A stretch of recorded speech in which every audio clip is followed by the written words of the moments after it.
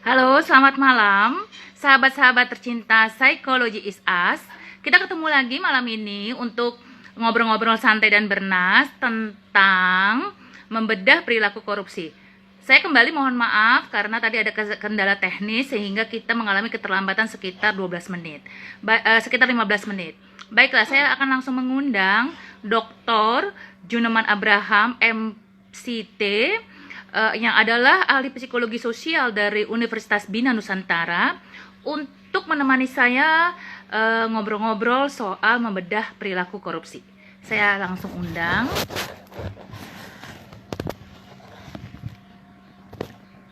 Semoga tidak ada kendala.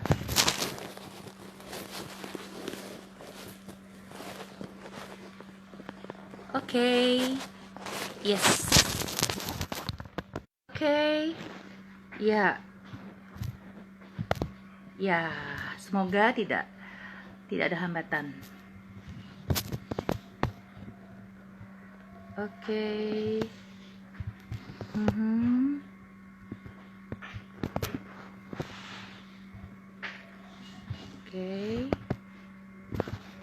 Oke, sebentar saya.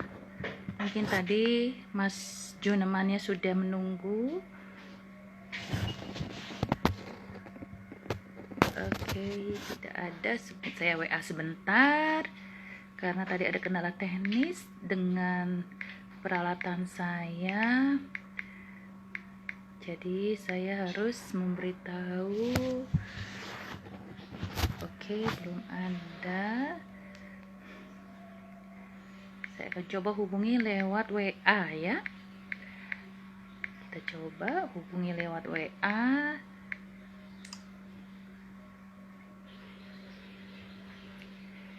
Oke. Wow. Kok tampaknya beliau tidak ada ya. Oke. Sebentar.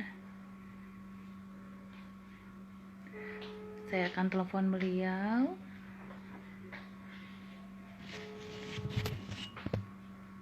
Oh ya, ini sudah ada. Oke, saya tunggu request dari beliau. Yes, sudah ada.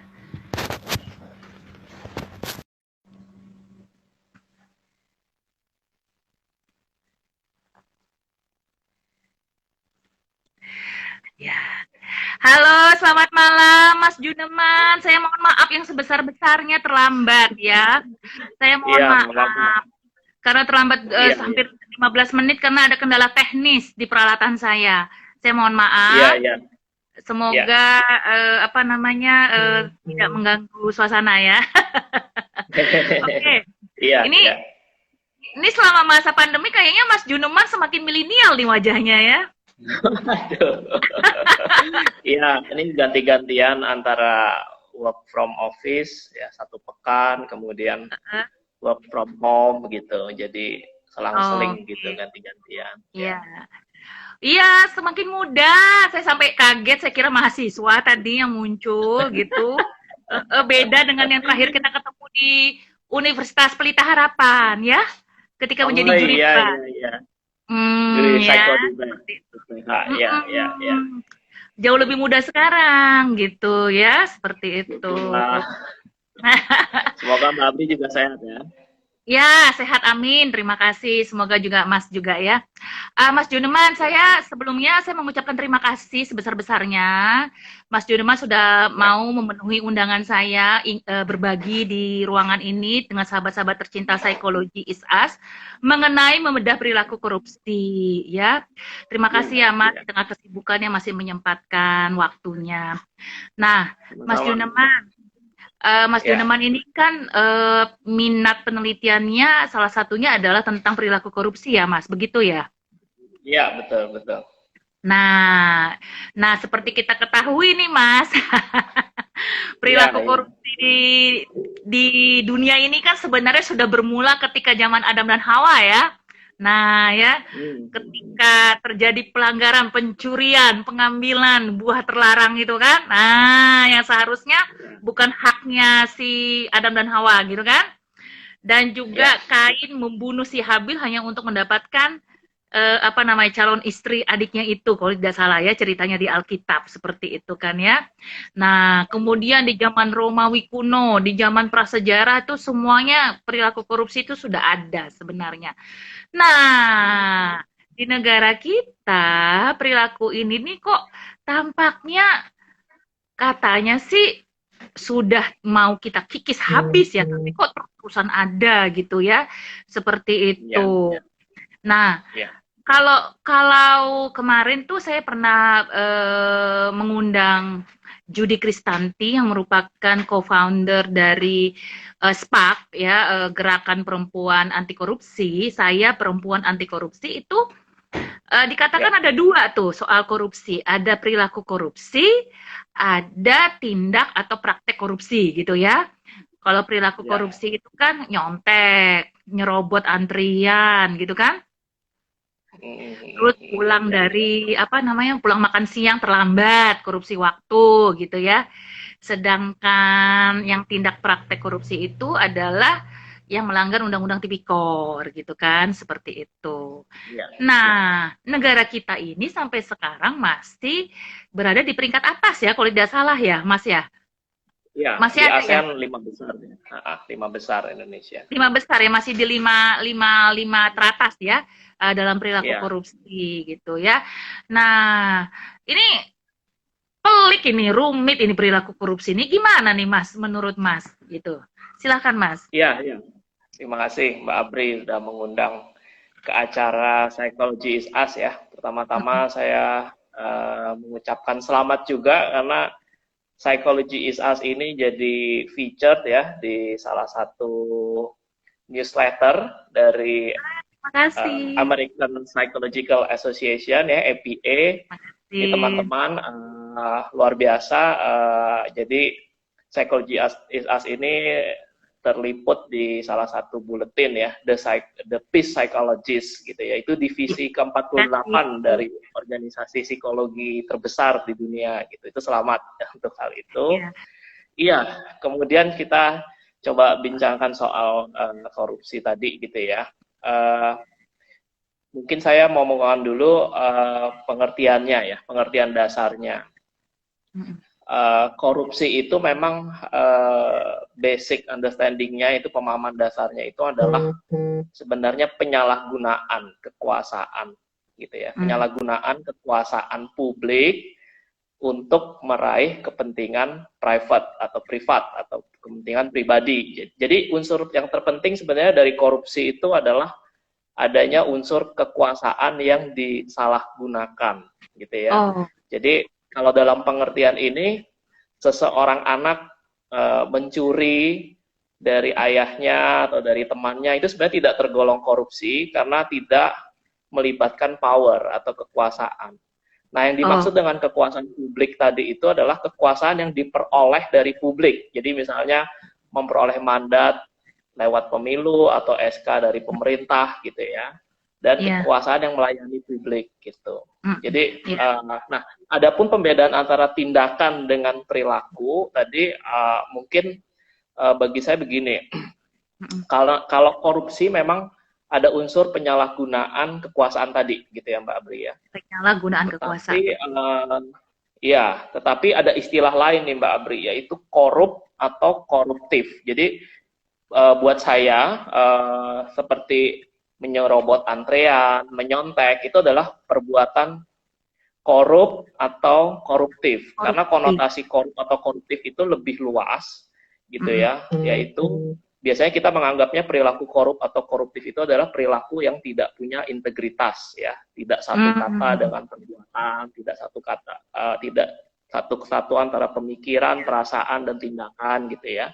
Kemudian koruptif juga berarti tidak bersih, ya, terkontaminasi atau memiliki celah secara moral gitu. Jadi seperti itu pemahaman saya ya antara korupsi dengan koruptif atau koruptif. Nah, yang menarik tadi ada perkataan tindakan dan perilaku ya, atau action dan behavior ya. Nah, dalam penelitian saya kebetulan itu juga ada Mbak Abri. Jadi kalau saya dan tim pernah melakukan penelitian, ternyata buat orang Indonesia itu Mm-mm. korupsi itu dikonotasikan sebagai action atau tindakan. Apa artinya action atau tindakan dibandingkan dengan behavior? Itu melibatkan niat, Mbak. Jadi tindakan itu ada kesengajaan, ada deliberation, ya, ada niat By di sana. intention gitu ya, by By intention. intention, betul. Jadi kalau ada yang mengatakan korupsi karena terpaksa gitu ya, itu dalam survei saya itu tidak gitu. Jadi dalam persepsi orang Indonesia korupsi itu ya by intention. Jadi itu perbedaan antara korupsi dan atau koruptif dan tindakan dengan perilaku gitu. Oke. Ya. Nah, menarik nih ya. Jadi ini menambah wawasan ya, sahabat-sahabat tercinta. Ternyata tadi ada koruptif, korup gitu ya, atau korupsi gitu ya, perilaku korupsinya gitu ya, perbedaannya. Iya. Nah, Betul. nah ini katanya menurut penelitian perilaku apa yang koruptif, korup itu adalah bibit-bibit menuju kepada tadi perilaku korupsi itu ya, yang tindakan Betul. itu ya. Nah itu gimana itu prosesnya itu, Mas Juneman? Mungkin Mas Juneman memiliki lebih banyak pengetahuan tentang bagaimana dia bisa menjadi bibit dan membentuk karakter gitu loh, seperti itu. Iya, kalau kita bicara bibit, mungkin kita bisa sedikit mulai dari pola asuh ya, atau bagaimana orang tua atau pengganti orang tua itu memberikan pengasuhan kepada anak-anaknya gitu ya. Nah, kebetulan nih Mbak Abri, saya melakukan riset juga, walaupun keren. saya bukan ahli psikologi perkembangan begitu ya, terkait dengan hal ini gitu ya. Bukan ahli tapi jago gitu loh.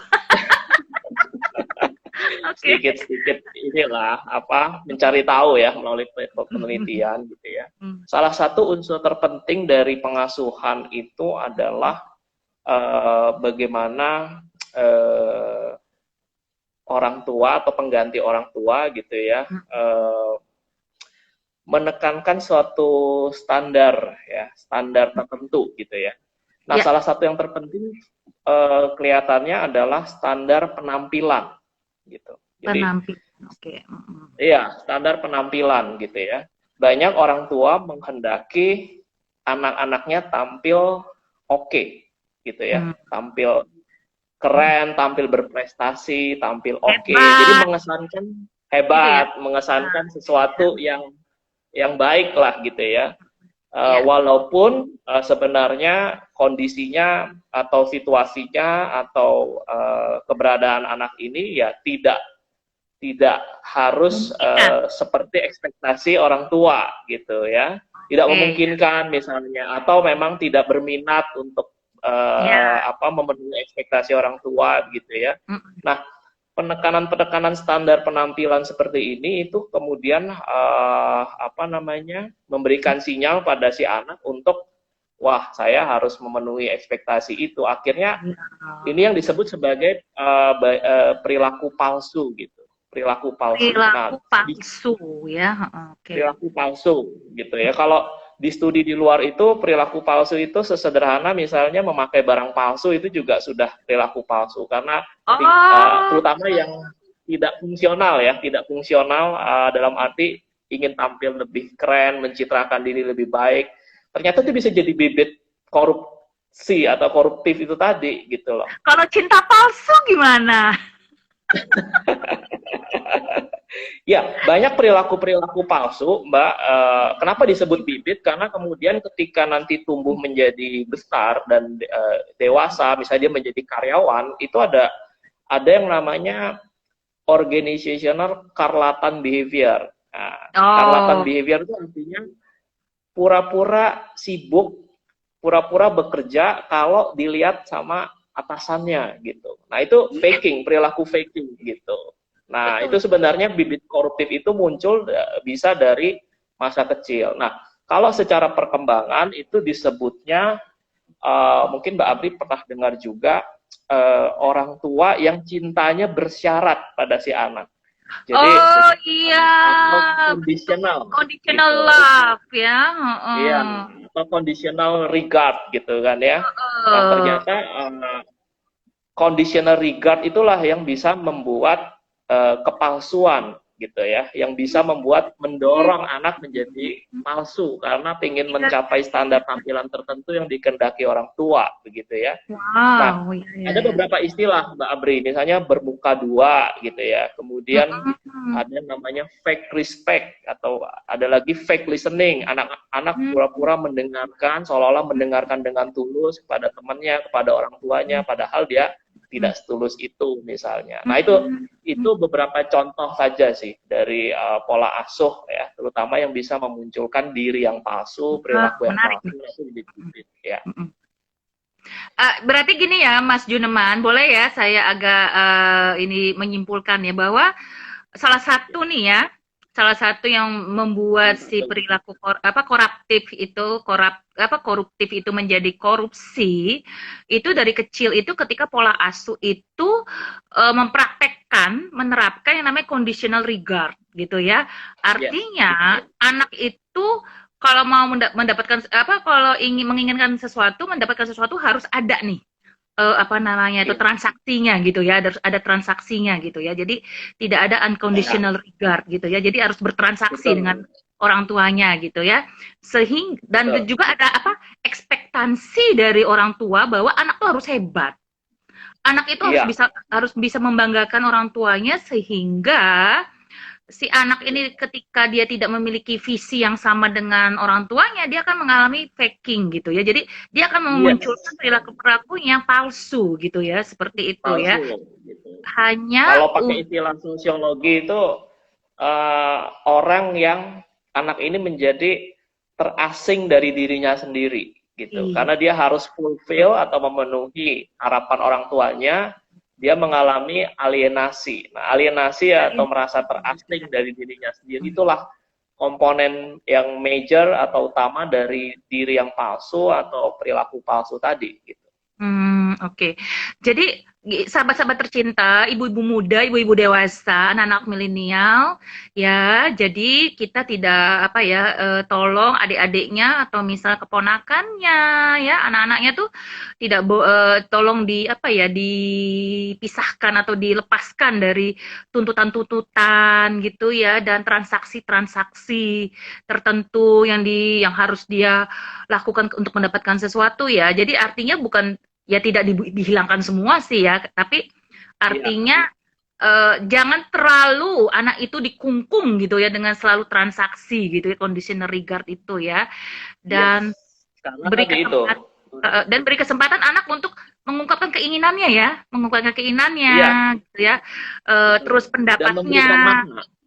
Ya, memberikan gitu ya. makna intinya ya, memberikan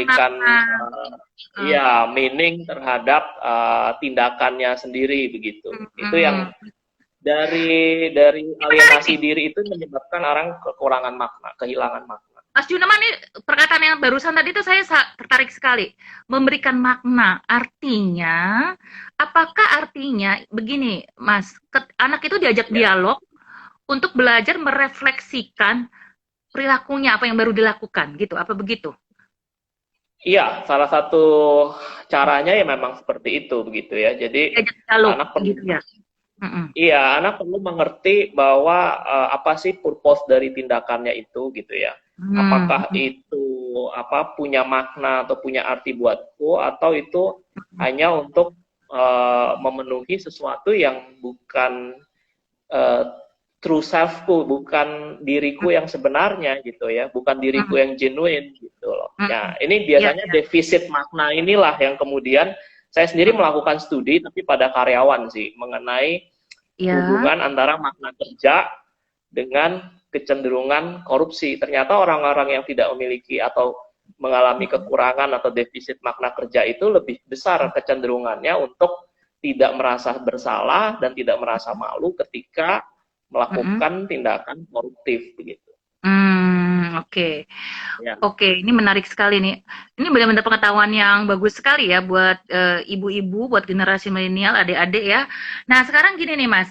Tadi kita bicara soal adanya bahwa ada pola asuh orang tua ya. Ya, Dan ini kembali lagi ke orang tua sama orang dewasa ya, nggak hanya orang tua, jadi orang dewasa yang ada di iya, sekitar anak-anak gitu ya.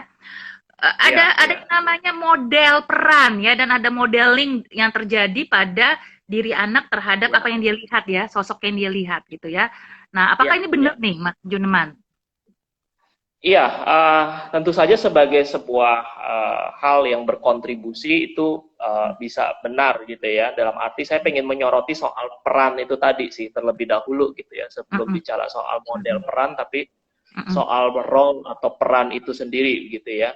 mm-mm, Tadi mm-mm. Mbak Amri di awal sudah bilang ini korupsi ini sesuatu yang kompleks sebenarnya gitu ya. Iya. Ini Mm-mm. dibicarakan seharian pun sebenarnya nggak akan Seminggu juga selesai nggak kelar. gitu ya. Oleh karena itu, Mbak, sebenarnya dari sisi peran itu saya pikir ada beberapa hal nih yang penting gitu ya. Mm-mm, Pertama adalah karena korupsi itu tidak habis-habisnya tadi gitu kan ya, dengan segala upaya kita coba, tapi memang kondisinya tidak ada habis-habisnya. Ini mm-mm, menyebabkan sebuah kondisi fatigue sebenarnya, mm, kelelahan baik di kalangan penegak hukum, di kalangan educator gitu ya. mm, Tetapi mm-mm, kenapa mereka bisa terus ya, atau kita bisa terus berjuang untuk itu. Nah, mm-mm. disinilah diperlukan resiliensi sebenarnya. Jadi peran kita sebagai seseorang yang resilient dalam hal memberikan edukasi, dalam hal Mm-mm. tidak habis-habisnya mengkampanyekan anti korupsi, begitu ya, itu penting. Saya ingat Mm. kasus tentang kantin kejujuran misalnya, Mbak Abri Oh, mungkin oke. ingat gitu ya. Mm-mm. Itu kan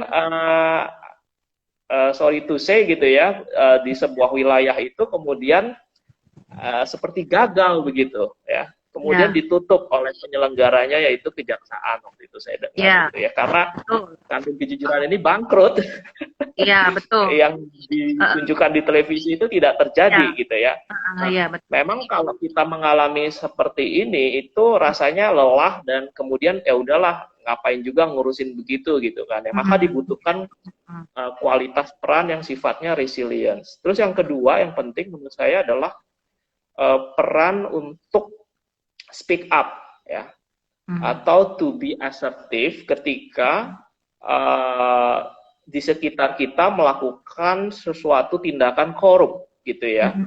Ya, Nah, ini kita di masyarakat yang guyup, yang kolektivistik katanya gitu ya, mhm, untuk tampil speak up, kemudian menegur atau melapor itu, atau mhm. kita kenal dengan istilah whistleblowing gitu ya, itu Iya, sesuatu yang sulit sebenarnya dalam budaya kita untuk mengambil peran itu begitu ya. Jadi itu perlu ditumbuh kembangkan. Nah, sekarang melangkah ke model peran ya. Kalau mhm, melangkah ke model peran, saya mhm, pikir adalah satu hal yang penting dari psikologi korupsi ini adalah bagaimana orang-orang yang menjadi model itu bisa menunjukkan kualitas empati sebenarnya, khususnya oh, empati terhadap orang yang dirugikan heeh, oleh sistem atau dirugikan oleh kekuasaan itu sendiri gitu. Karena persis dalam studi saya juga muncul itu tema tentang empati itu gitu ya. mhm, Orang-orang yang tidak memiliki empati bahwa korupsi itu ada korbannya loh, korbannya itu nyata mhm, gitu ya, bukan korban mhm. yang maya. Katanya beberapa orang mengatakan korupsi itu victimless crime soalnya gitu ya. Karena Nah, nggak tahu persis yang mana yang terkena gitu ya, kayak gitu. Seperti itu ya. itu ungkapan yang tidak empati gitu ya. Heeh, mhm, Yang tidak menunjukkan empati, punya perspektif terhadap kerugian yang bisa dialami oleh orang lain karena korupsi, baik kerugian finansial, kerugian mental dan sebagainya gitu ya. Nah, mhm, memang empati ini yang perlu dikembangkan. Nah, sayangnya empati ini kelihatannya muncul ketika apa misalnya tokoh-tokoh politik atau tokoh-tokoh yang hendak berebut atau meraih kekuasaan itu mhm. mereka mencoba meraih hati rakyat ya, Mmm, berempati apa nih iya, iya, iya. kebutuhannya gitu ya. Tapi Iya, iya. sayangnya begitu kekuasaannya sudah diraih, Mhm. kemudian malah empatinya itu tidak ada gitu loh. Ya Nah, melakukan korupsi, itu yang korupsi ya, saja gitu. iya betul, betul, betul. Iya, Heeh, kayak gitu. seperti Oke, itu. Jadi iya. empati itu penting sekali untuk sebagai model peran gitu ya. Oke. Nah, mengenai yang koruptif itu ya, Mas. Itu saya Ya, tuh ya kadang-kadang kadang-kadang melihat ya bahwa ya, misalnya nih orang tua sendiri tuh eh, melakukan di depan anak gitu ya. Hal-hal yang koruptif itu tadi yang menyerobot antrian gitu ya. ya, Terus misalnya apa namanya tuh curi-curi apa namanya tuh misalnya tuh kalau lagi beli beras atau beli apa gitu ya, si abangnya nggak lihat ya, ditambahin, diambil lagi. Itu kan itu sebenarnya koruptif ya, koruptif itu ya, Mas ya. iya, Nah, iya, itu iya, iya, dan itu dilakukan di depan anak gitu ya, seperti itu ya. iya, iya, Nah, itu iya. yang menurut saya itu ibu-ibu muda ya yang punya keponakan Bapak-bapak gitu juga ya, bisa jangan ya. lakukan itu di depan anak-anak gitu ya, betul ya Mas ya?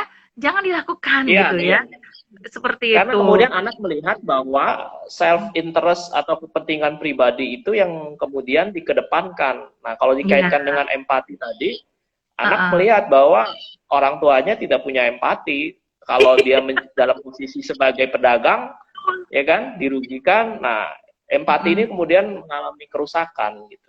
Iya, iya. Jadi malah ngalami Hmm. dekadensi gitu ya, empati ini ya, gitu ya. Empati Betul, dekadensi betul. langsung moralnya pun dekadensi jadinya gitu ya, betul nggak sih?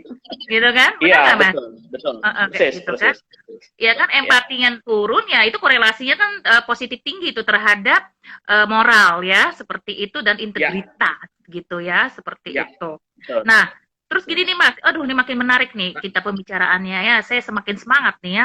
Nah, nih Ya, ini lagi nih Mas, sistem ah, nilai. Ya, sistem nilai yang ya, ada di sekolah, yang ada di keluarga, ya ada di masyarakat. Sistem nilai itu kan berperan penting ya sejak anak-anak ya Mas ya. Nah, ya, lagi COVID begini nih, lagi COVID begini, ya kan ya, ya, orang tua ya, stres. Yang tadinya anak-anak lebih banyak di sekolah, ya, jadi ya. bukan lagi belajar daring, bukan lagi ini ya, bukan proses belajar daring, tapi darting ya, darah tinggi ya, dari daring menjadi darting gitu ya. Ya, Nah, ya, akhirnya orang tua itu kan tanpa sadar ya, nilai-nilai yang tadinya apa ya namanya tuh yang sudah dipertahankan tuh kan jadi kayak di excuse gitu ya artinya ya sudahlah nggak apa-apa kopas aja kopas gitu kan gitu kan ya, ya, udah ya. kopas PR-nya Betul, gitu kan kayak betul, gitu-gitu betul. tuh. Nah ini gimana Ya, nih Mas mengenai sistem nilai nih terutama mungkin dari yang apa lingkungan terkecil dulu ya lingkungan itu keluarga ya seperti itu. Saya rasa keluarga sama ya, sekolah yang paling penting gitu ya Mas ya terutama ya kayak gitu. iya, Gimana? iya.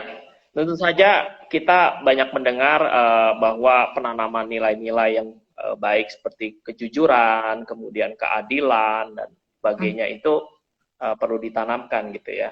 hmm, Tapi saya pengen mengangkat nih Mbak Abri, karena tadi saya di depan mengatakan hmm. korupsi mesti menyangkut kekuasaan gitu ya. Oh Jangan ya, lupa penyalahgunaan. anak pun itu di kalangan anak pun bisa ada unsur kekuasaan ya. Ketika Oh, misalnya anak dipercaya menjadi ketua kelas gitu ya. oh ya Kalau di betul. zaman saya itu kalau anak jadi seorang siswa jadi ketua kelas itu dia jadi tangan kanan guru gitu kan. Yuh, Guru bahkan bisa minta ketua betul kelasnya punya meriksain power. koreksiin ujian anak-anak itu juga bisa gitu loh Mbak Abri gitu ya. Kalau Betul, dan tidak betul. dikontrol pula gitu kan ya. Iya, Nah, jadi saya betul. pengen menekankan di situ dulu Mbak Abri bahwa anak-anak sejak dini itu mungkin gimana ya bahasanya ya tidak boleh dibiarkan buta politik gitu loh. Nah ini ya mungkin agak berat Oh, istilahnya gitu ya. Tapi maksud saya anak juga perlu tahu bahwa dia sebagai anggota atau member dari kelasnya itu juga more or less nasibnya, situasinya, keberadaannya itu juga turut disumbang oleh orang-orang yang memegang kekuasaan di kelasnya gitu ya, entah itu ketua kelas atau wakil ketua kelas atau bendahara dan sebagainya begitu ya. Nah, ini yang sering dilupakan gitu loh. Bahkan sampai remaja pun nanti anak karena karena buta politik kemudian enggan ikut pemilu, tidak mengerti bahwa keputusan dia memberikan voting di dalam pemilihan umum itu bisa menentukan dia dipimpin oleh pemimpin yang korup atau bukan gitu misalnya gitu ya. Jadi menurut saya hal tersebut penting ya. Jadi dari aspek kekuasaan itu adalah bagaimana anak belajar memegang kekuasaan dengan bertanggung jawab kalau dia seorang ketua kelas, tapi juga bagaimana dia menjadi follower atau member yang bisa memberikan teguran kalau ketua Ya, kelasnya kurang adil gitu ya. Uh, setuju. Nah, seperti itu. Dan kalau dia memegang kekuasaan sebagai ketua kelas, bagaimana nih supaya dia Hmm, bisa membahagiakan temannya melalui kekuasaan yang dia pegang. hmm. Nah, itu satu hal, Mbak, mengenai sistem nilai, mengenai kekuasaan itu yang ingin saya angkat. Terus yang Ah, kedua, mm-mm. menurut saya yang paling dekat itu bahasa Bahasa. atau Oke, oke. language. Ya, saya pernah dengar soalnya di kalangan anak-anak itu ada ungkapan begini, Mbak Abri. Mungkin Mbak Abri pernah dengar juga. Katanya Apa? uh, menyontek itu memang perbuatan yang busuk, katanya gitu ya. Tapi ada Ah, yang lebih busuk dari menyontek, yaitu menyontek sendirian gitu. ah. Iya. Menyontek nggak bagi-bagi gitu kan. Nah, ini Jangan kan pelit ya dari kalau sisi nyontek bahasa, gitu ya. Jangan pelit. iya, dan dari sisi bahasa itu seolah-olah ada yang lebih buruk dari menyontek begitu loh. Iya, Jadi iya, iya. ada sebuah perbandingan yang seperti itu gitu kan. Nah, Hmm, bahasa ini sangat-sangat penting. Kalau Mbak Abri lihat bahwa di masyarakat kita ini bahasa juga berperan. Misalnya waktu itu ada betul. wakil Mm-mm. ketua DPR loh Mbak. Wakil ketua Mm-mm. DPR pernah mengatakan bahwa korupsi itu oli pembangunan. Ya. Oli Oli? pembangunan. Jadi supaya bisa Oli. berjalan mau itu korupsi itu Hmm, harus ada, gitu kan. Terus yang kedua, saya pernah dengar juga ketika hmm, sebuah partai ya hmm. anggotanya di OTT operasi tangkap tangan oleh KPK, apa bahasa yang keluar dari pemimpin partainya? Apa Partai tuh? kita sedang diuji, akan menjadi Wih, besar di partai kita, gitu. wih, ini Ya, parah. gitu. Diuji. Nah, tadi Ya ampun. korupsi kemudian disebut sebagai victimless crime atau dari dulu sudah begitu. Nah, bahasa-bahasa seperti ini Mbak Abri ini penting untuk disimak oleh orang tua gitu ya dalam penyampaian, dalam pemberian pengertian pada si anak gitu ya. Hmm, hmm, hmm. Bahwa tadi misalnya menyontek dengan menyontek sendirian itu sama-sama busuknya begitu ya. Tidak ada yang lebih busuk daripada yang lain gitu. Karena Atau lewat gini mas, bahasa. atau Ya, gini, nyonteknya cuma 2 soal kok, nggak banyak gitu ya. nah itu dia. Lewat bahasa terjadilah pembenaran. Lewat bahasa Ya, terjadilah justifikasi. justifikasi gitu. Nah, maka saya pernah nulis sebuah artikel judulnya Bahasa sebagai Praktik Sosial. Jadi sebenarnya melalui bahasa kita sudah bertindak membenarkan korupsi atau Betul. tidak membenarkan korupsi gitu. Ya, betul. Oke, mantap banget nih Mas. Keren nih penjelasannya nih. Ya. Nah, sebelum saya lupa nih, Ya. saya mau ini dulu ya Mas, agak merangkum dulu ya bagi untuk teman-teman yang baru datang. Ya. Jadi gini Mas, tadi kan bahwa dari kecil anak nih ya di sekolah tuh ya, apalagi misalkan ada di situ kan juga ada distribusi ini ya, pembagian tugas ya, misalnya ada yang ketua kelas, kalau di kampus lebih keren lagi, ada koordinator mata kuliah dan sebagainya gitu ya, nggak hanya ketua kelas, Ya. ketua angkatan, ketua senat lah semua gitu kan. Itu adalah sistem Ya. kekuasaan gitu ya, ada sistem kekuasaan di situ ya. Artinya ketika dia SD pun kita harus memperkenalkan sistem kekuasaan itu, tapi dengan cara yang sederhana, yang mudah mengerti Dengan gitu cara ya, yang sederhana. bahwa Betul. kamu nak, kamu jadi ketua kelas, artinya kamu harus memperhatikan teman-temanmu, harus bisa membantu, ya, bukan kekuasaan menjadi ketua kelas itu untuk dirinya, gitu ya, bukan untuk dirinya sendiri kan. Nah, harus bantu ibu guru supaya semuanya berjalan lancar dan kalian belajar dengan enak gitu kan, seperti itu kan. Iya, Nah, betul. jadi artinya kekuasaan itu diberikan ada tanggung jawab gitu loh kan ya, artinya power itu adalah korelasi itu dengan tanggung jawab kan, seperti apa tuh ada kata-kata bijak gitu ya, bahwa kekuasaan itu kan adalah tanggung jawab gitu kan, di dalam kekuasaan yang besar ada tanggung jawab yang besar gitu kan, seperti itu ya, gitu ya Mas ya. Betul, jadi Iya, artinya anak-anak tuh harus diajarkan itu ya, sistem kekuasaan itu, dan dia tidak boleh menyalahgunakannya gitu kan Mas, ya kan. Tidak boleh menyalahgunakannya, artinya tadi untuk kepentingannya sendiri, ya cari-cari muka lah, atau misalnya mengadukan temannya lah, atau misalnya mengeksploitasi temennya dengan minta jajanan atau apa gitu ya, minta jajanan itu ya, misalnya memeras, membuli gitu kan. Memeras, ya gitu kan. Ya, ya, Ya, ya, terus ya apa istilah membuat dia masuk dalam keadaan yang sulit gitu ya, memfitnah dan sebagainya gitu ya, seperti itu kan. ya, Nah, ya, ya, ya. menarik ini. Menjadikan anak-anak lain sebagai alat untuk Ah, memuaskan kebutuhannya sendiri gitu ya, atau betul. kepentingan sendiri Dan gitu. satu tadi masuk tuh yang tadi Mas Junoman bilang empati.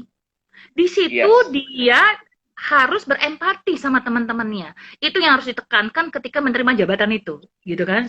iya, Seperti itu, iya, betul, empati. betul, Melatih betul dia untuk sekali. empati, gitu kan? Seperti itu. Wih, Ya. keren banget ini Mas bahasannya. Wow, mantap ya. Saya senang banget nih dapatnya. Jadi ibu-ibu, bu guru yang mendengarkan ini, Bapak guru, Ibu guru, para pendidik. Nah, ini suatu penjelasan yang sederhana tapi ini ya sangat berguna, sangat bermanfaat bagi orang tua, bagi ibu bapak guru, bagi pendidik, siapapun yang memiliki anak-anak ya, anak remaja, anak yang kanak-kanak ya, yang dan adik-adik ya generasi milenial ingat nih ya, apa yang dijelaskan tadi itu saya rasa itu betul-betul akan membantu kita ya untuk menyiapkan pemimpin-pemimpin yang anti korupsi gitu ya. Betul nggak sih Mas? Iya, Kayak gitu. iya. Karena Gitu. sekali lagi korupsi itu kejahatan yang khas ya. Dia melibatkan kekuasaan publik itu. Nah, itu yang sering kita lupakan dan kita Mm-mm. sering menyamakan korupsi dengan tindakan seperti mencuri, seperti Mm-mm. misalnya plagiat, Mm-mm. menyontek Ya, gitu ya. ya, ya. Nah, ada unsur lain yaitu kekuasaan itu tadi atau Mm-mm. power tadi dan abuse Power ya. tadi gitu ya. Itu yang sebenarnya dari kecil itu bisa diperkenalkan gitu ya, konsep tentang itu Diperkenalkan dan kemudian dan dilatih ya secara mengeksersaiz. sederhana ya, Yes, ya, diperkenalkan, ya. dilatih secara sederhana gitu ya, seperti itu. Wah, keren banget Betul. nih. Ini semoga ya Mas Juneman malam ini banyak ibu guru, bapak guru yang mendengar nih ya. Saya Iya, mengharapkan iya. ya bahwa banyak pendidik yang mendengar penjelasan Mas Juneman tadi. Sebelum kita lanjut, kita sapa dulu yang sudah Ya. hadir. Ini banyak loh Mas fans-fansnya ya. Ini ada siapa ini? Ada Depra apa? Lex Depra ya, Lex Depra. Ada Mbak Oh Weni. iya, iya. Next ya, ada Mbak Weni, Ya, ada Mbak ada Mbak Weni nih. Next. Jadi ingat apa nih? Saya ketua kelas. Jadi ini Mbak Weni cerita, dia jadi ingat ketika dia jadi Oh iya. ketua kelas nih. Terus apa nih ceritanya Iya, nih? iya. Coba. Jadi ingat ketua kelas galak pas ada yang rame. Terus apa nih? Kulempar pakai penghapus papan tulis. Wiru, galak nih Mbak Weni nih. Ya. Ojo loh Mbak, berempati toyo. Tapi udahlah itu masa lalu ya. Oke. Mbak Weni mantap ya, sehat ya, gembira terus. Terus Mbak Weni lagi nih komentar, Olahraga terus ya. wih katanya berat bahasannya, katanya gitu ya, mantap Mbak Weni ya. Oke, kemudian ada si ini, Christine ya. Natalie Christine. Nah, itu mungkin Mila Sari. Kemudian ada siapa lagi nih? Oh, ada mahasiswa saya, Betoni Angel. Kemudian Oh iya, ada siapa halo lagi Betoni. nih? Fajrianti, ya. Ada Ini Virgon. Virgon ini siapa ini? Temannya, Mas? itu alumni psikologi binus itu. Alumni. Terima kasih Bimbingan ya skripsi udah saya datang. itu. Halo Mantap. Terus Virgon, oh ya, ada Sondre. Siapa tuh Sondre? Teman Mas? Sondre. Uh, Mungkin teman Mbak Abri dan teman kita semua. Oh ya, Lina Natalia ya. Oke, terus ada lagi Rahmi, apa Rahmania Mia. Ya, wow, Iya, ramai iya. sekali ya. Oke.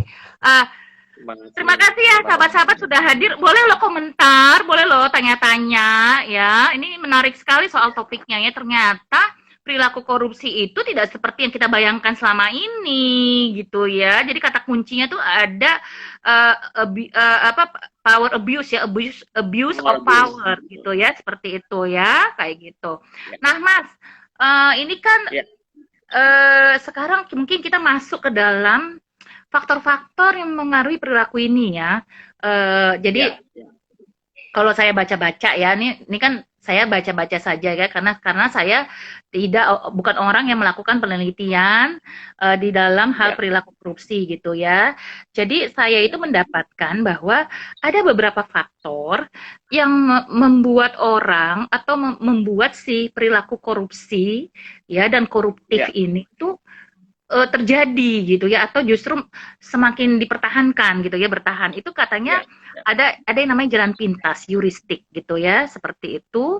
ya, Ada juga yang ya, namanya belajar sosial, karena tadi meniru, imitasi, modeling, dan ya, vicarious learning, karena dia lihat, wah itu di TV, yang di perilaku korupsi itu tenang-tenang wae gitu ya, bisa ke Bali gitu ya, bisa nonton tenis gitu kan, seperti ya, itu ya, misalnya ya, kan. Jadi dia pikir ya, tenang aja, nanti tinggal bayar sogo, udah hidupmu tetap aman gitu ya, mungkin gitu ya kali ya. Jadi vicarious learning ya, itu ya. Terus ya, penegakan hukum yang tidak konsisten ya. Mungkin ya, ada ya. istilahnya tuh tebang pilih pilih tebang, saya nggak ngerti deh tuh ya. Nah, terus mungkin, nah ini kita mau minta dari Mas Juneman nih, apalagi nih Mas dari penelitian-penelitiannya Mas, silakan Mas. Iya, iya. Jadi kalau tadi disebutkan faktor pembentuk gitu ya dari korupsi, itu kita harus membayangkan bahwa korupsi ini sebuah proses sosial sebenarnya atau social proses gitu ya. Uh, Biasanya kalau secara populer orang mengatakan harus ada komponen niat dan kesempatan gitu ya. Biasanya seperti itu. Niat, Nah, tapi nah, satu niat, dua kesempatan ya Mas ya. iya, niat dan kesempatan gitu ya. Nanti perkara seperti tadi Mbak Abri bilang jalan pintas dan sebagainya, modeling ya itu memang terjadi ya karena orang melihat oh ternyata korupsi itu beneficial ya, menguntungkan juga gitu ya, dan apa namanya hukumannya juga apa seringkali tidak konsisten, tadi tebang pilih dan sebagainya gitu ya.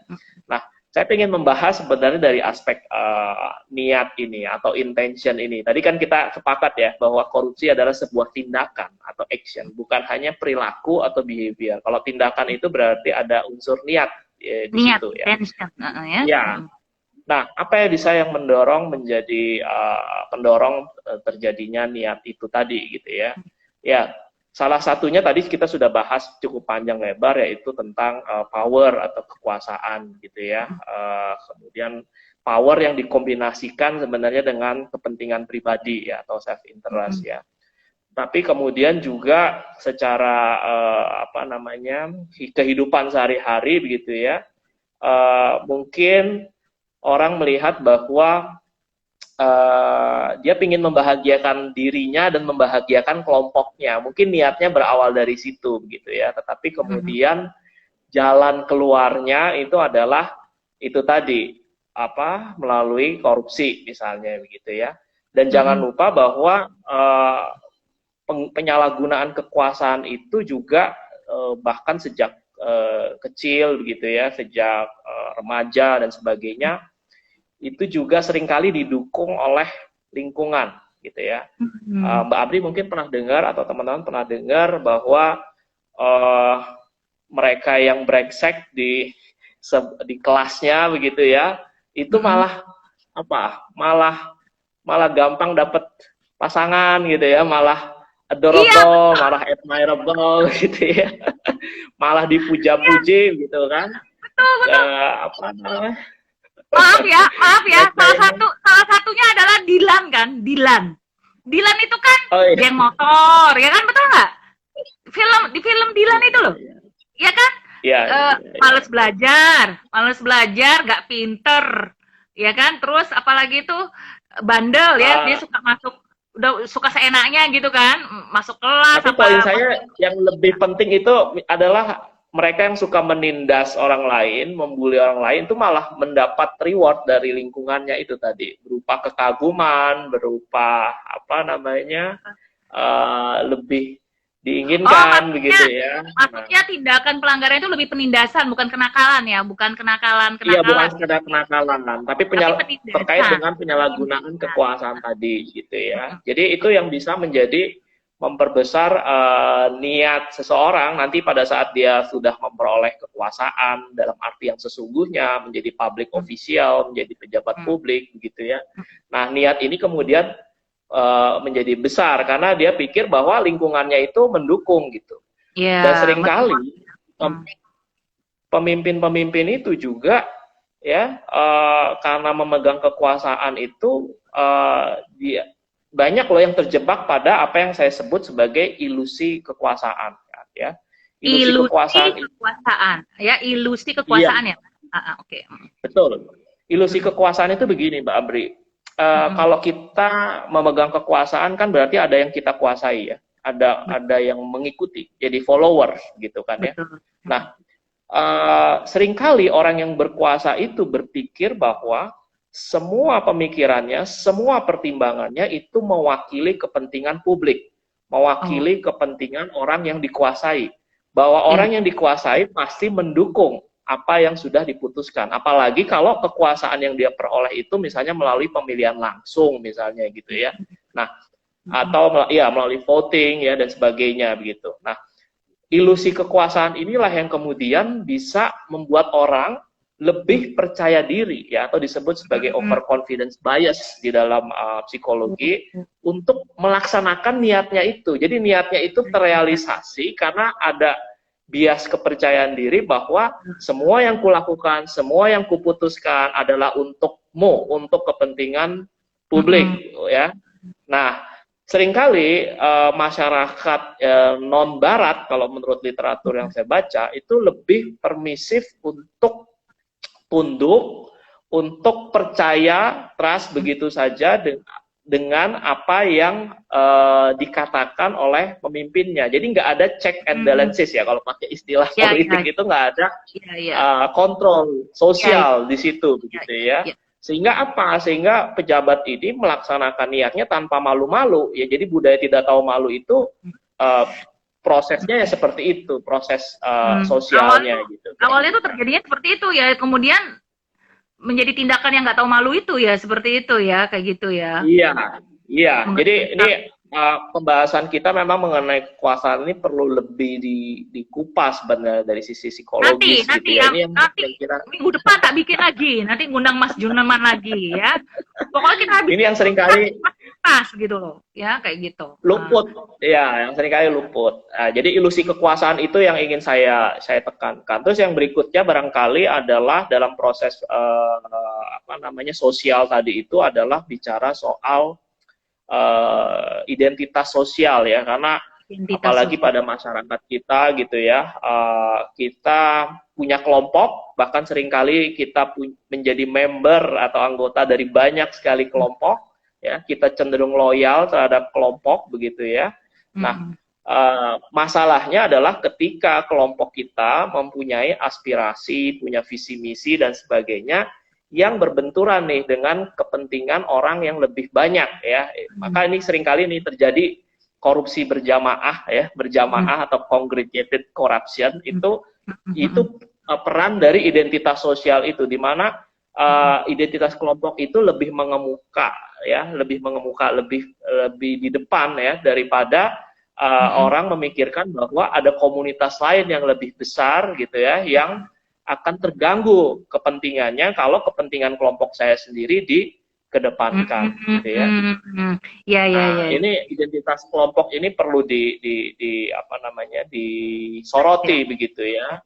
Kemudian juga soal kalau tadi di depan saya bicara soal bahasa ya, penghalusan bahasa Iya, gitu kan. penghalusan bahasa itu. Kalau sekarang saya mungkin akan mengangkat soal apa body language ya, body Body language bahasa tubuh. Iya, kita kan sering kali menonton di televisi bahwa koruptor itu kemudian malah tersenyum, malah memberikan iya, salam metal gitu ya, ini udah ada dada gitu ya, dah memberikan gitu. kesan kebal hukum atau tidak akan terjangkau oleh hukum sebegitu kuatnya ya. Jadi itu ada sebuah sinyal yang ingin dikirimkan kepada publik bahwa ya mungkin dia akan lolos juga atau mungkin dia akan bisa mengatasi ini gitu ya. Jadi soal body language ini juga dipelajari oleh Iya, masyarakat gitu ya. betul. Saya kira itu ya. Dan mungkin satu hal lagi yang penting tadi saya ingin menekankan soal sekali lagi social control, check and balances ya, soal Iya, check and balances. asertivitas untuk saling menegur. Mm-mm. Masalahnya gini Mbak Abri, budaya kalau kita menengok ke budaya kita itu punya budaya yang seringkali menekankan pada harmoni ya.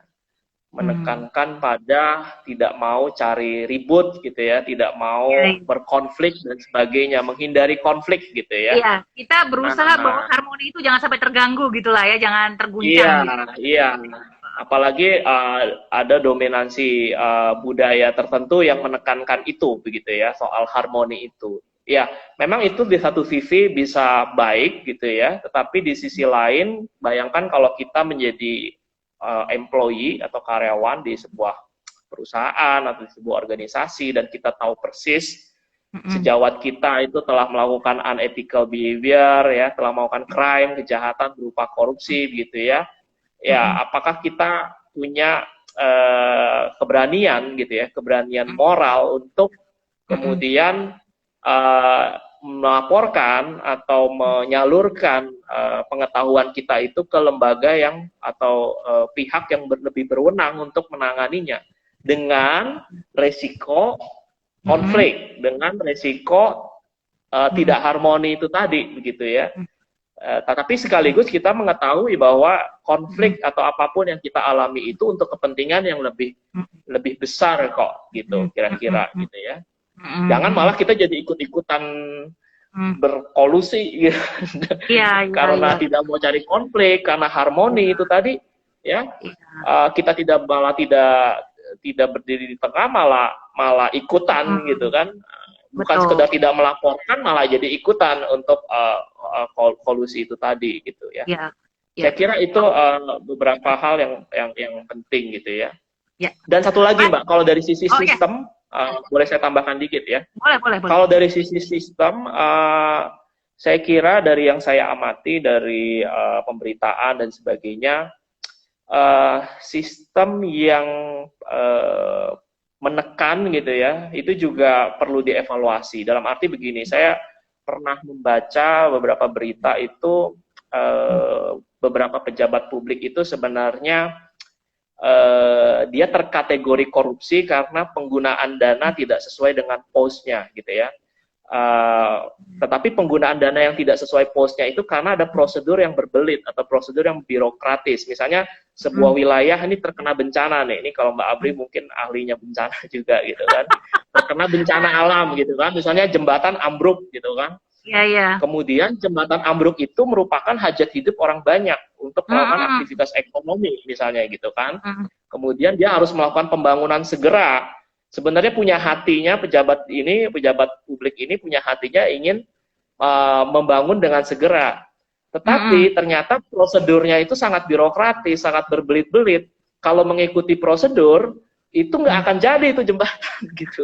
Dan yang rugi masyarakat juga. Nah, karena terlalu cintanya pejabat publik ini kepada masyarakatnya, kemudian dia melakukan penyelewengan dalam tanda kutip yang mestinya posnya bukan untuk itu, tapi karena kalau mengikuti prosedur yang sebenarnya itu dia akan lama dan jembatannya nggak jadi, kemudian dia misalnya subsidi silang atau penggunaan dana yang semestinya dia taruh di situ untuk bangun jembatan.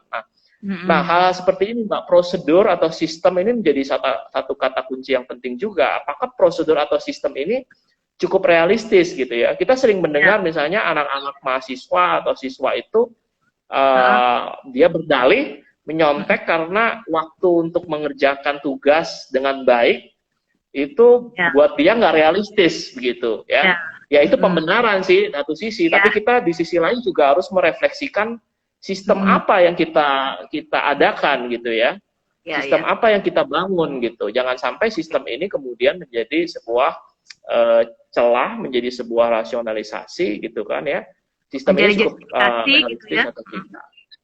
Betul. Oke, ini yang terakhir ini menarik juga nih Mas. Ini menarik semua nih ya, semua yang diucapkan oleh Mas Juneman nih ya. Benar, ini ilmu banget nih buat saya nih. Ilmu baru nih ya. Nah, Mas, ini Mas tadi ini menarik sekali bahwa sistem itu jangan terlalu berbelit-belit, jangan sulit sehingga mendorong orang untuk mengambil jalan pintas gitu kan, mengambil heuristik. Akhirnya salah gitu ya Mas ya. Gitu kan ya maksudnya ya Mas ya. Iya. Akhirnya tergelincir terpleset begitu.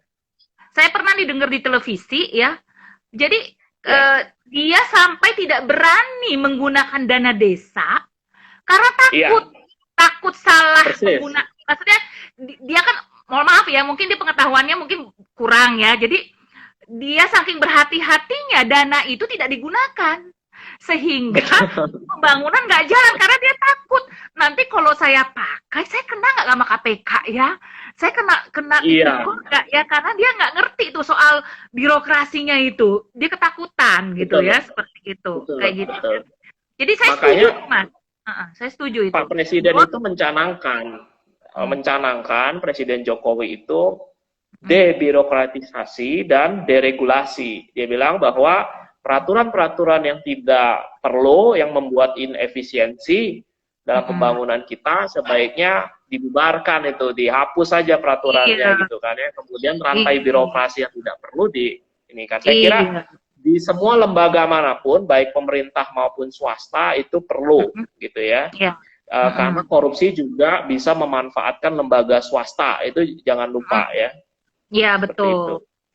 Saya setuju, Mas. Jadi saya setuju sekali bahwa birokrasi itu dibuatlah mudah, tapi jangan sangat mudah gitu ya. Nanti kalau sangat Hmm. mudah nanti telah korupsi juga gitu loh ya. Yang penting pas Iya, gitu ya. Yang penting pas gitu ya, Mas. Ya, optimum gitu ya. pas, betul. Bahwa Realistis tadi kalau saya pakai bahasa saya tadi realistis ya. realistis. Iya, Realistis, iya, mudah dipahami ya prosedurnya ya, mudah dipahami, tidak betul, tidak betul. apa ya, tidak mengandung apa ya, celah-celah sehingga orang bisa terjatuh terpleset di situ gitu ya. Ya, Iya, jadi iya, sehingga para pejabat daerah yang diberi dana itu jadi firm, jadi yakin, oh ini aku caranya udah tepat nih gitu ya, daripada nanti uangnya nggak dipakai sama sekali kan, karena takut iya, terkena iya, KPK gitu kan, seperti itu betul, ya. betul, betul. Jadi mungkin juga ini juga refleksi ya buat negara kita kalau membuat aturan, prosedur dan birokrasi itu ya seperti tadi kata Pak Jokowi bahwa jangan mempersulit orang, jangan menjadi jebakan, jadi seolah-olah menjebak orang untuk masuk ke dalam perilaku korupsi gitu ya, seperti itu kan Mas, kayak Iya, gitu kan? iya, iya. Dan kita perlu bersama-sama, saya kira dalam hal tersebut gitu ya. Saya sendiri Hmm, sebagai dosen gitu ya, sebagai member dari higher education atau hmm, perguruan tinggi di Indonesia itu hmm. ya selalu menggaungkan itu gitu. Saya menulis salah satu chapter buku rekomendasi buat Wow, DPR gitu keren. ya, dan Kemenristek Dikti tahun 2019 itu salah satu poinnya adalah soal deregulasi dan debirokratisasi itu tadi gitu ya. Nah, Oke. saya mungkin satu hal lagi menambahkan gitu ya terkait dengan ini gitu ya, tentang apa belajar sosial tadi dan sebagainya, nilai, sistem dan Hmm, sebagainya ya. hmm, Khususnya peran kita sebagai kaum intelektual gitu ya. Jadi kita harus selain mengkampanyekan ini, yang dilakukan Mbak Apri seperti ini, melakukan edukasi ini sangat hmm. sangat baik gitu ya. Tapi Oke. juga kita dalam proses proses kehidupan intelektual kita itu juga perlu mewaspadai loh Mbak. Misalnya kita melakukan riset saja, melakukan penelitian saja, ya, itu ternyata proses sosial gitu. Meneliti itu bisa menjadi korup juga ternyata. Ya, saya Betul. ambil contoh misalnya di dunia kedokteran, ya, saya pernah menulis soalnya sebuah buku tentang etika bersama teman-teman dokter gitu ya.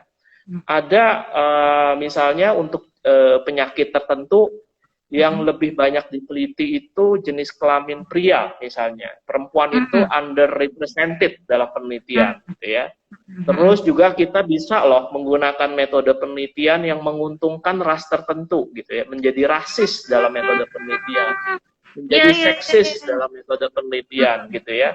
Nah, itu seringkali kita tidak sadari, kita ngomong yang mengawang-awang soal korupsi ini gitu ya, padahal kalau misalnya kita sebagai pendidik, kita sebagai peneliti dan sebagainya, kita kurang waspada gitu ya, bahwa Iya, iya, iya. atau kita kurang kritis terhadap Iya, betul. aktivitas-aktivitas yang kita lakukan ya. Betul, Sebenarnya betul. seksis, rasis itu adalah perilaku-perilaku koruptif sebenarnya. Iya, iya, iya. Jadi narsis itu kan berarti kan kita tidak bisa berempati kepada orang lain kan ya Mas ya, kayak gitu kan? Iya, iya, iya. Narsis. Karena kan Narsis kita atau jadi rasis juga egosentris tadi saya kan? sampaikan. Jadi Iya, egosentris, tidak peduli ya. Jadi jadi kurang betul. kurang peduli terhadap kepentingan orang lain, which is di mana empati Iya, kita nggak jalan gitu kan? Seperti itu ya Mas iya, ya. iya. Oke. Betul, betul, Kemudian ini lagi ya betul. tadi yang menarik ya Mas, bahwa rasis itu memang benar Mas ya. Saya setuju sekali pendapatnya Mas. Karena itu mengandung diskriminasi. Jadi ada structural violence di situ ya, Mas ya. Betul nggak? Kejahatan struktural ya.